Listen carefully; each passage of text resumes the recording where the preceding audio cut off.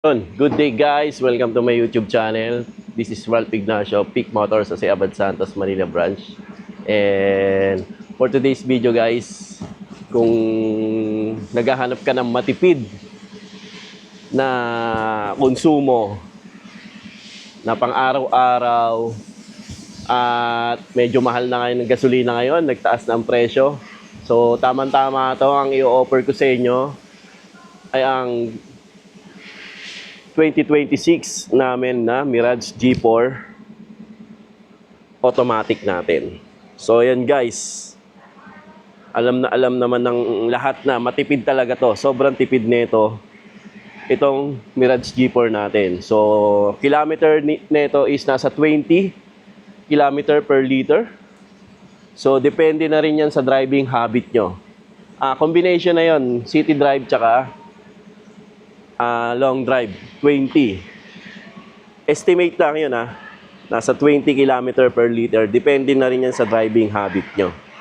So, yun guys. Sedan na matipid sa gas. Pwede nyo rin pang grab. Tapos pang personal use. Madami tayong unit nito. Tama-tama. Medyo tumaas na nga yung gasolina. Ito ang kailangan nyo talaga.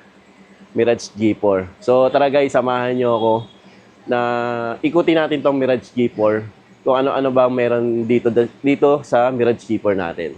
So tara guys, bago ang lahat guys, subscribe na kayo sa YouTube channel ko, Ralphie TV, i-like nyo na rin and share ang aking videos para updated kayo sa aking mga videos na ina-upload and promos natin dito sa Peak Motors sa Abad Santos, Manila branch.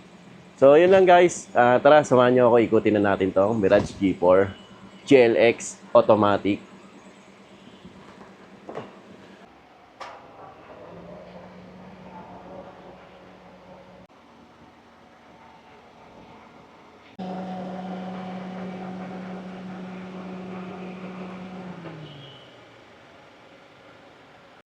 So, yun guys. Kung usapan naman ay patipiran, ito yung unit na ilalaban ko sa inyo dahil wala pa kaming electric vehicle or hybrid. So ito, subok na matipid to at matibay, di ba? Ang Mirage G4 natin na 2026 year model. So ayan guys, ito yung Mirage G4 natin na may SRP ng 841,000 ang SRP nito. Tapos may makina siya na 1.3 liter 3-cylinder double overhead cam Mavic engine, CVT, continuous variable transmission. So fuel efficient, more power. So yun yung makina niya. Tapos may horsepower ito ng 78 horsepower. Yan. Tapos ang torque natin is 100 Newton meter. Diba? Tapos front wheel drive siya, guys Yung ano natin. Yan, tara, umpisa na natin to sa grill, sa harapan. Yan, naka-projector LED headlight. Then, naka-daytime running light na rin siya.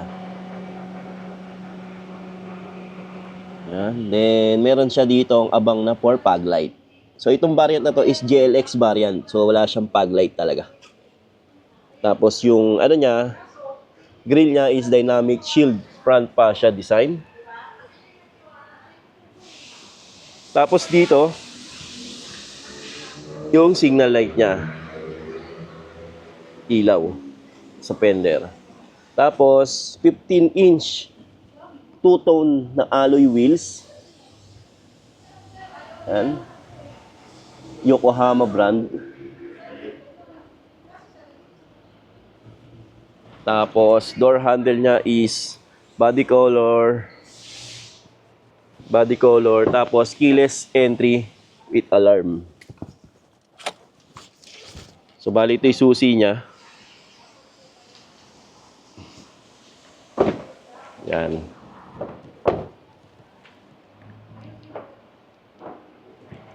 Yan, tapos dito tayo sa loob is naka 4 speaker tayo. Then, sa door trim niya ito, plastic. Control ng windows, power windows, side mirror, yan.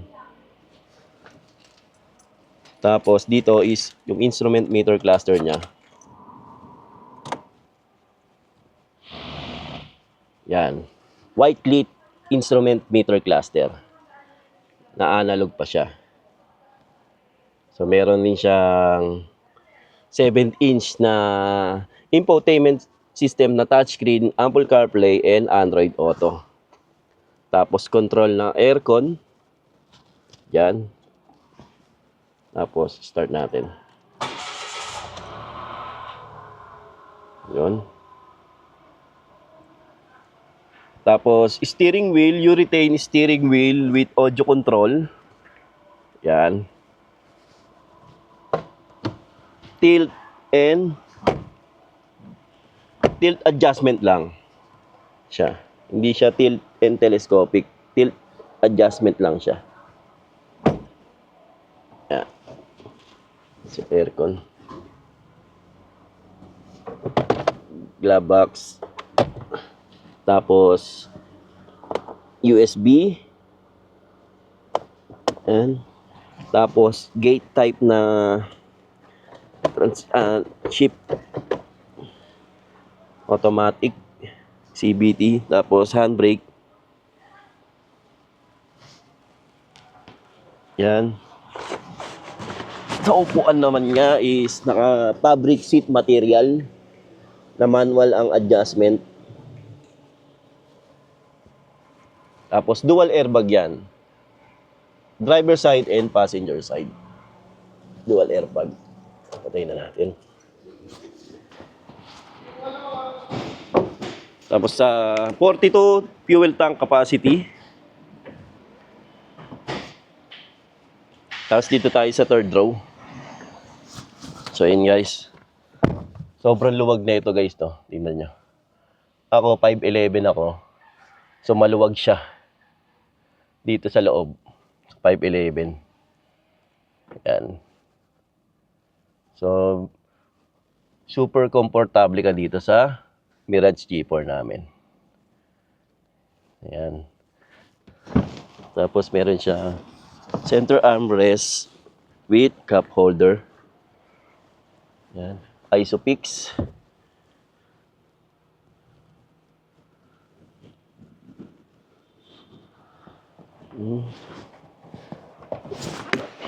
Yan yung speaker niya, apat na pinto. Speaker natin. Tapos open natin yung likod.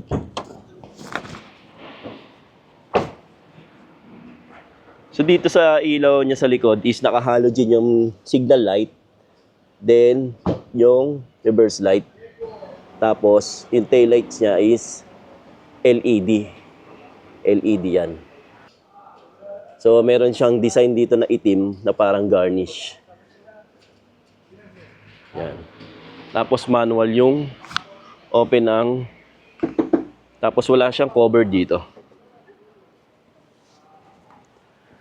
Then ang spare tire niya is donut type.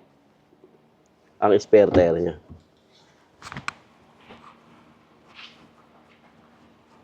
Tapos meron siya ditong third brake light. Yan. Yan kita. Tapos ang antena niya. Yan.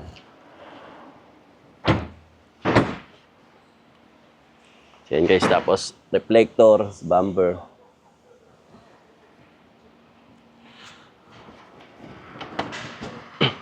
So sobrang tipid nito guys, no? Tsaka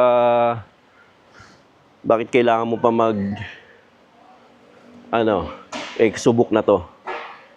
Mirage G4 natin. Pwede mo rin pang grab, pang in-drive, pasok sa in-drive, yan. Pwede pang business, di ba? Kasi sobrang tipid sa taas ng gasolina ngayon. Ang hanap mo ngayon is matipid. So, yan guys. So, ikot pa natin.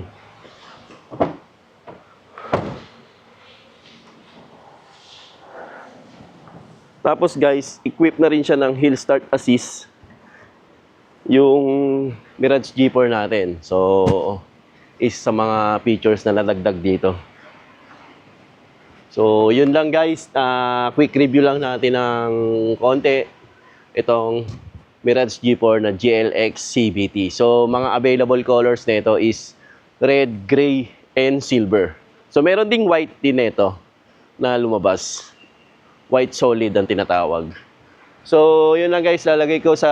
Ang down payment pala nito is low down payment. Nasa 10,000.